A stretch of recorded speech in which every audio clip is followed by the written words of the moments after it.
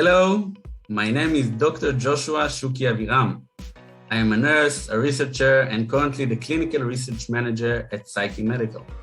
You are invited to my lecture, Innovative Delivery Methods for Medical Cannabis. In this lecture, I will demonstrate the shortcomings of the conventional delivery methods of medical cannabis and the innovative delivery method, the Air by Syqe inhaler, that addresses all of them. Thus far, Syqe Medical have raised over $100 million, and Air by Syqe will soon be marketed in Australia and Canada, along with its ongoing marketing in Israel.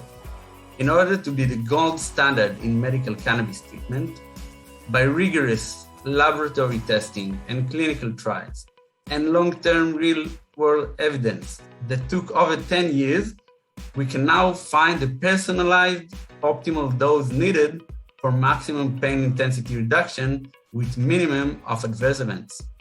These outcomes were possible only by innovative processes that enable the patient to select from the same amount of raw cannabis flowers for low, different, and distinct aerosolized THC doses, specifically 250, 500, 750, and 1,000 micrograms of aerosolized THC.